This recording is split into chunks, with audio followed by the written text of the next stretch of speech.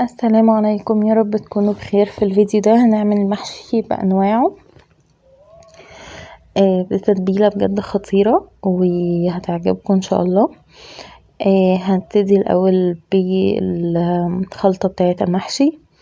عندي طبعا كمية بصل كبيرة عشان انا هعمل حوالي 3 كيلو رز.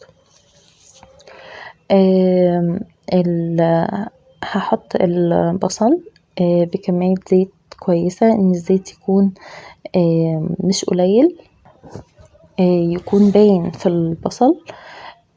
وهحط الملح على البصل، وهزود فلفل حراق اختياري.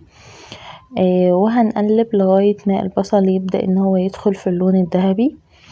اول ما البصل يدخل في اللون الذهبي كده هنزود الطماطم. انا الطماطم عندي كنت مفرزاها، فحطيت حوالي 2 كيلو طماطم بس صلصة، يعني 2 كيلو بعد ما اتصفت واستوت على النار، لان انا بشيلها متفرزة. وهحط التوابل بتاعتي: فلفل اسود، ملح، كمون، كزبرة، وبابريكا، وبهارات سبعة. اول ما التسبيكة عندي تبدأ ان هي تنشف والزيت يبقى على الوش باين، يبقى كده هي جاهزة، وابتدي ان انا احط كمية الخضرة بتاعتي. هحط الخضرة واقلبها كويس، وهزود توابل، وهحط رشة نعناع بتدي برضو طعم حلو قوي. وهظبط التوابل بتاعتي، هخلط كويس قوي الخضرة بالصلصة، وبعد كده هقسم الخلطة دي على 2 عشان هنعمل ممبار. فللممبار هاخد نص الخلطة دي، وهزود عليها فلفل مبشور، فلفل حراق، وبصل، حوالي بصلاية كبيرة مبشورة. وهزود التوابل عشان الرز اللي انا هحطه، وهحط حوالي فنجان كبير من السمنة، وهقلب كويس قوي الخلطة وتبقى كده جاهزة للحشو. الممبار انا بحب احشيه بالقمع، يعني قولولي انتوا بتحشوه ازاي، بس انا بشوف ان انا اسهل بحشيه بالقمع يعني. هخلص حشو الكمية كلها. عندي مية مغلية جاهزة على النار، في ورق لورا وحبهان وفلفل اسود وملح. هبدأ ان انا اسقط فيها الممبار، وياريت الممبار ما نحشوش جامد عشان ما يتفتحش في المية، لازم يكون مبطط كده بنفس الشكل ده كده. هحطه هسقطه في المية، وهسيبه على نار متوسطة يستوي الرز كويس. بعد كده هبدأ ان انا هزود الرز والسمنة، حوالي فنجان كبير برضو، والتوابل للخلطة اللي انا سايباها عشان نبدأ ان احنا نحشي البتنجان، ورق عنب، والكرنب.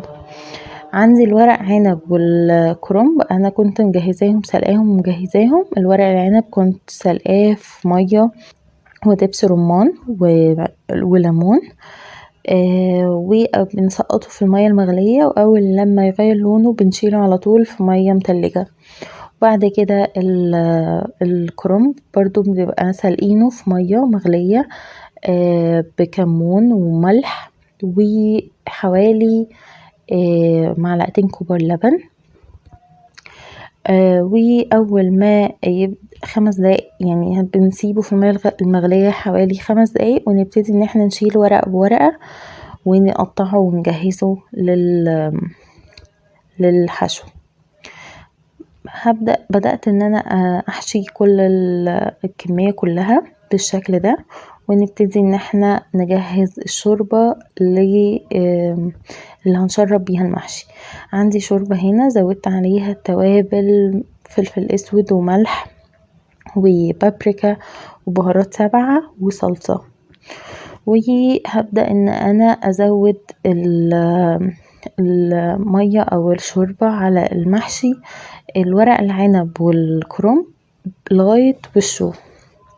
بزود الشوربة لغاية ما يكون على وش المحشي. اما البتنجان بوصله لغاية 3/4 البتنجان، ما بيوصلش لوشه، يعني هو بيبقى لغاية 3/4 كده. وعلي النار تغلي وطبعا هنغطي بقى الحلل، وبزود حوالي معلقة دبس رمان كبيرة على وش ورق العنب. والماء الشوربة تغلي هوطي واسيبه يستوي على نار هادية.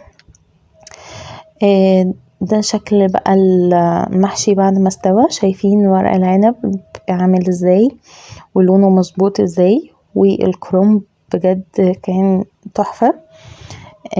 جربوه وقولولي رأيكم، واشوفكم على خير الفيديو الجاي.